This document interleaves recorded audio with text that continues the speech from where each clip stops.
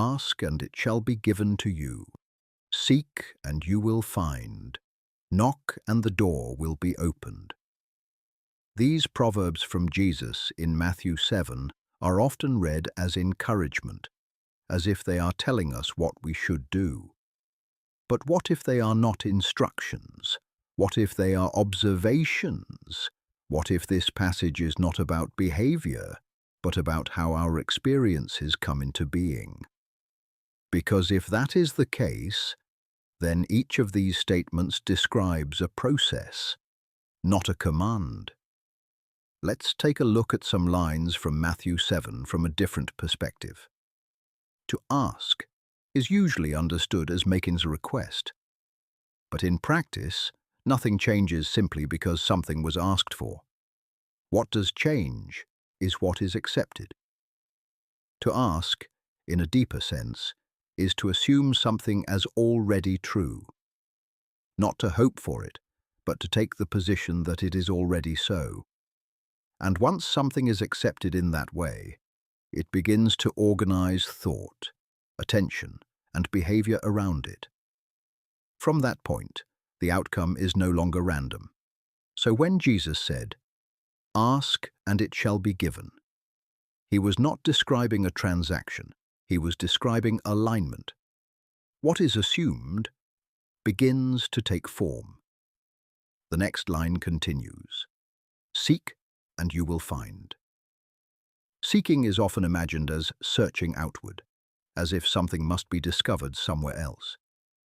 But in practice, what we find is always connected to what we are looking for. Attention is selective. What we expect to see, what we are prepared to notice, what we are oriented toward. These determine what becomes visible. So to seek is not just to search, it is to direct awareness.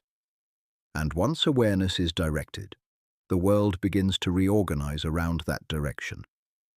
What was previously unnoticed becomes obvious. So again, this is not a command, it is a description. What you seek shapes what you find. Then Jesus said, "Knock, and the door will be opened."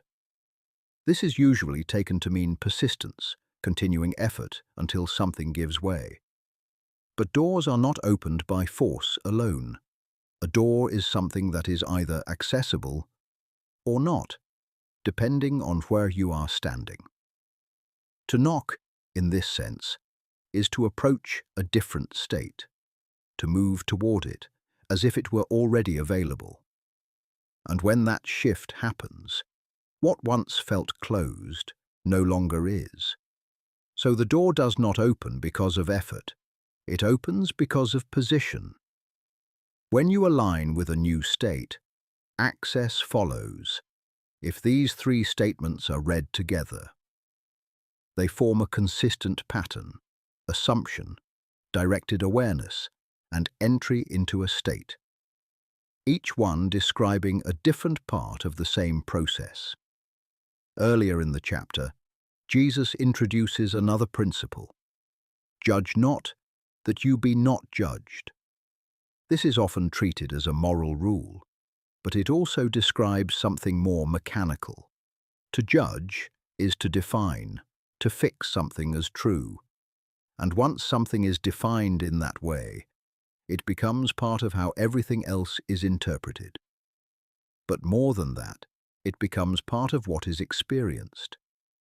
Because the same assumptions that shape perception also shape response, behavior, and expectation. So what is held internally does not remain internal. It expresses itself, and then returns in recognizable form. So again, this is not only about avoiding judgment, it is about understanding what judgment does. What is defined within is reflected without. Later, the idea becomes more precise when Jesus says, "Enter through the narrow gate." This is often interpreted as difficulty, as if the path itself is hard to follow. But a narrow gate does not imply difficulty. It implies specificity. A narrow gate allows only one thing to pass through at a time, not multiple positions, not conflicting assumptions, not divided attention, just one. And this matters, because outcomes follow from what is held consistently. If attention is scattered, results are inconsistent. If assumptions conflict, experience becomes unstable. But when a single position is held, without contradiction, the result becomes predictable. So the narrow gate is not restrictive. It is precise. It represents the condition required for clarity. And finally, the chapter closes with an image when Jesus describes a house built on rock and a house built on sand.